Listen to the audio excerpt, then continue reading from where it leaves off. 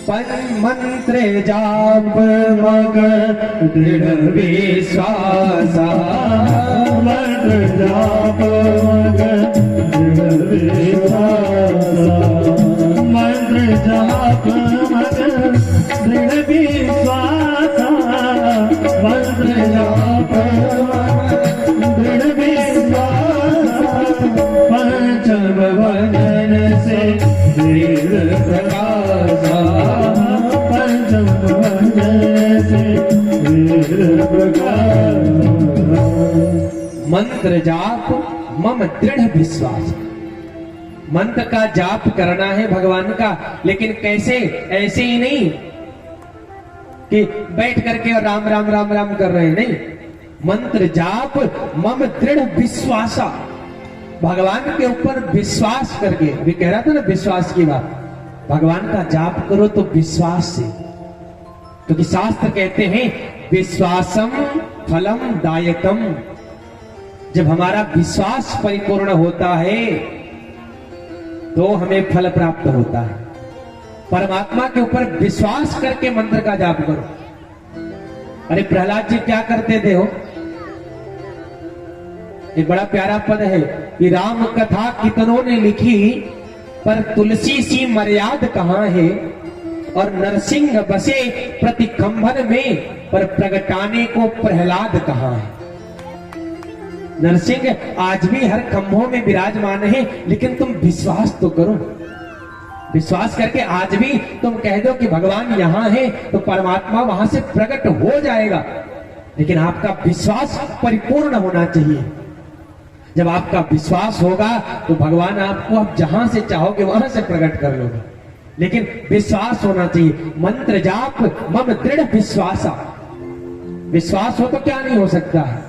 अरे पता है वृंदावन की एक गोपी थी ना, वह वृंदावन से मथुरा जाती थी प्रतिदिन दही बेचने के लिए। प्रतिदिन का कार्य था, वृंदावन से निकलती दही का मटका लेके और जाती थी मथुरा में दही बेच के आती थी। बहुत पुरानी बात नहीं, भी जल्दी की बात है, इसी कलयुग की। नाभादास जी महाराज भक्तमाल में लिखते हैं।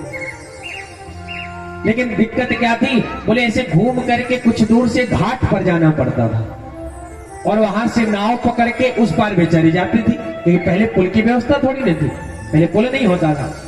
तो उस पार जाती और दही बेच के फिर शाम के समय उतना दूर घूमती, फिर नाव पकड़ती, घाट पे आती।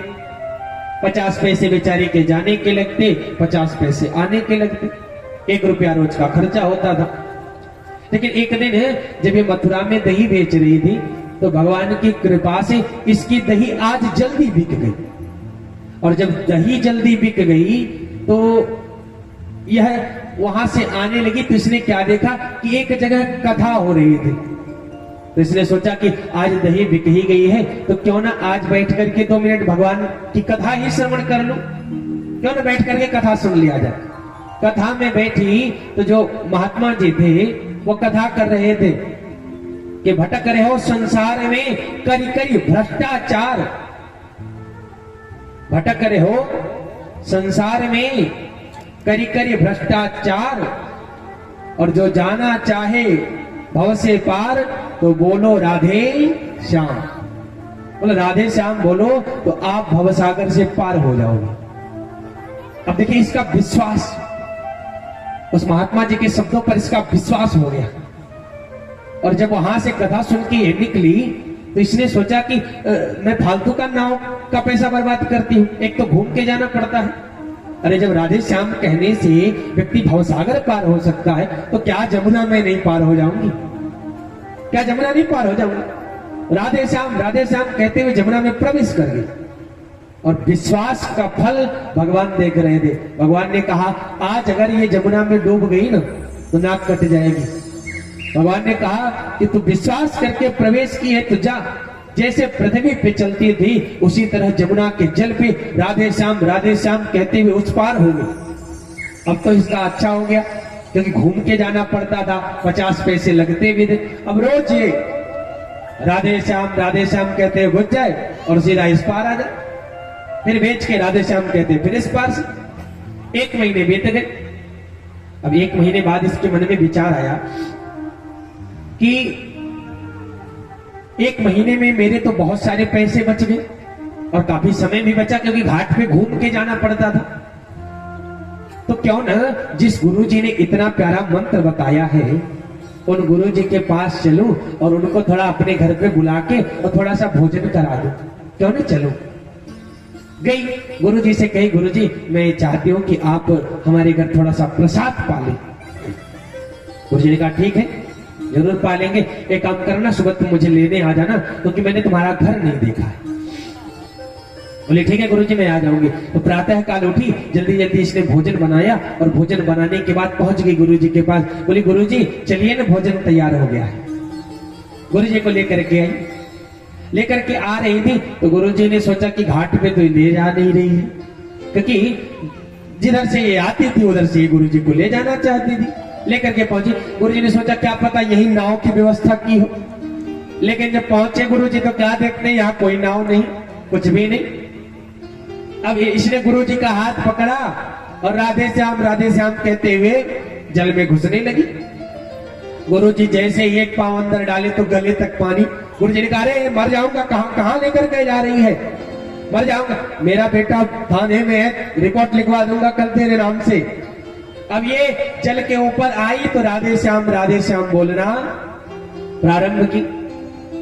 और गुरुजी से भी ये कहने लगी कि गुरुजी बोलो राधे श्याम, गुरुजी बोलो राधे श्याम, गुरुजी बोलो राधे श्याम, गुरुजी बोलो राधे श्याम, गुरुजी बोलो राधे श्याम।